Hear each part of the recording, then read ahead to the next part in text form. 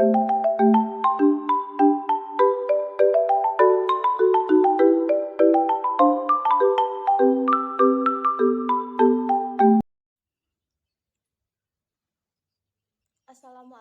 warahmatullahi wabarakatuh. Perkenalkan, saya Rani dari Program Studi Pendidikan Pancasila dan Kewarganegaraan Universitas Sriwijaya dari kelas Indralaya.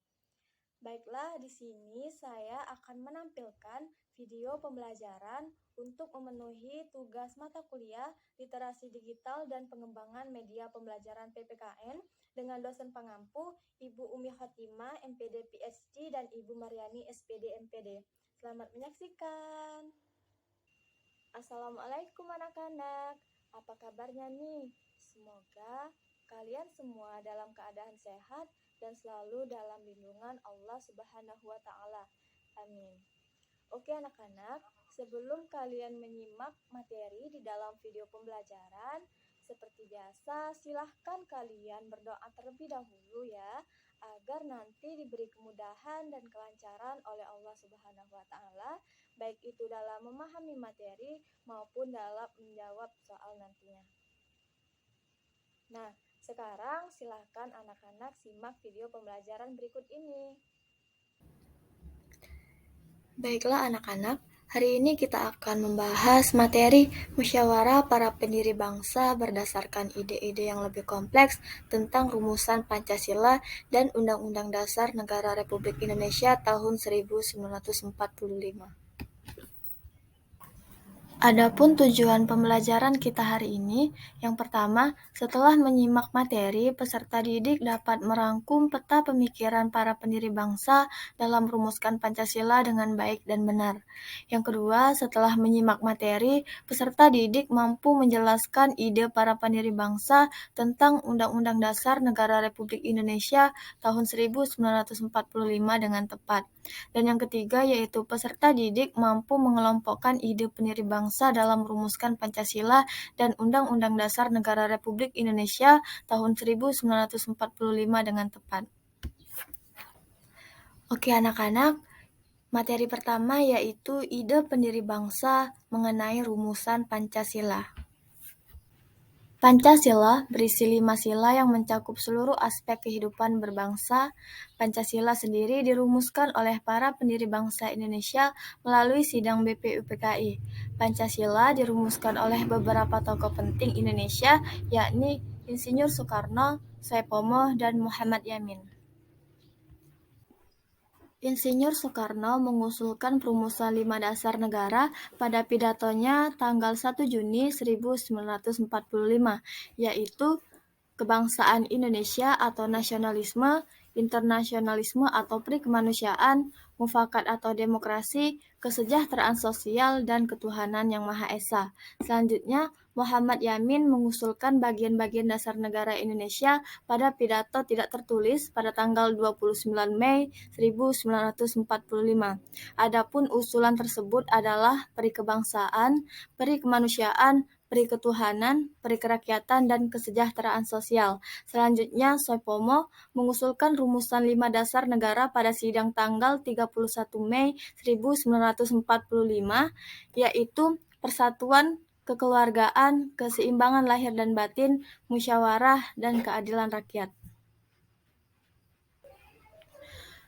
Rumusan dari ketiga tokoh tersebut kemudian ditampung dan dibahas serta dirumuskan oleh Panitia 9, yang mana Panitia 9 merumuskan naskah rancangan pembukaan Undang-Undang Dasar yang diberi nama Piagam 9 atau Jakarta Charter pada 22 Juni 1945, yang mana isi Piagam Jakarta yaitu ketuhanan dengan kewajiban menjalankan syariat Islam bagi pemeluknya, yang kedua kemanusiaan yang adil dan beradab, yang ketiga persatuan Indonesia, yang keempat kerakyatan yang dipimpin oleh hikmat kebijaksanaan dalam permusyawaratan atau perwakilan, dan yang kelima yaitu keadilan sosial bagi seluruh rakyat Indonesia. Lahirnya Pancasila sebagai dasar negara Indonesia bukan akhir dari perumusan dasar negara Indonesia. Sidang Panitia Persiapan Kemerdekaan Indonesia atau PPKI yang dilaksanakan pada tanggal 18 Agustus 1945 adalah sidang yang penting untuk sejarah lahirnya Pancasila, yang mana dalam sidang tersebut, sila pertama yang pada awalnya berbunyi ketuhanan dengan kewajiban menjalankan syariat Islam bagi pemeluk-pemeluknya menjadi ketuhanan yang Maha Esa. Selanjutnya memasuki materi ide pendiri bangsa mengenai rumusan Undang-Undang Dasar 1945. Pada tanggal 17 Agustus 1945, bangsa Indonesia memproklamasikan kemerdekaannya ke seluruh dunia, yang mana sehari setelah proklamasi kemerdekaan Indonesia, Panitia Persiapan Kemerdekaan Indonesia melaksanakan sidang yang pertama yaitu pada tanggal 18 Agustus 1945 dengan agenda yaitu pembahasan rancangan undang-undang. Proses pembahasan rancangan Undang-Undang Dasar yang dipimpin oleh Muhammad Hatta berjalan dengan cepat. Pembahasan berlangsung dalam suasana penuh rasa kekeluargaan, saling menghargai antar anggota, cermat dan teliti. Yang mana pembahasan rancangan Undang-Undang Dasar menghasilkan naskah pembukaan dan batang tubuh dan meliput menurut Berita Republik Indonesia pada tanggal 15 Februari 1946, penjelasan Undang-Undang Dasar menjadi bagian dari Undang-Undang Dasar Negara Republik Indonesia tahun 1945. Perubahan rumusan pembukaan Undang-Undang Dasar, naskah Piagam Jakarta, rancangan batang tubuh Undang-Undang Dasar hasil sidang kedua BPUPKI, yang mana perubahannya adalah yang pertama yaitu kata mukadimah diganti dengan kata pembukaan. Yang kedua, sila syariat Islam bagi pemeluk-pemeluknya diganti dengan rumusan ketuhanan yang Maha Esa. Yang ketiga yaitu pasal 6 Undang-Undang Dasar yang berbunyi Presiden ialah orang Indonesia asli yang beragama Islam diubah menjadi Presiden ialah orang Indonesia asli.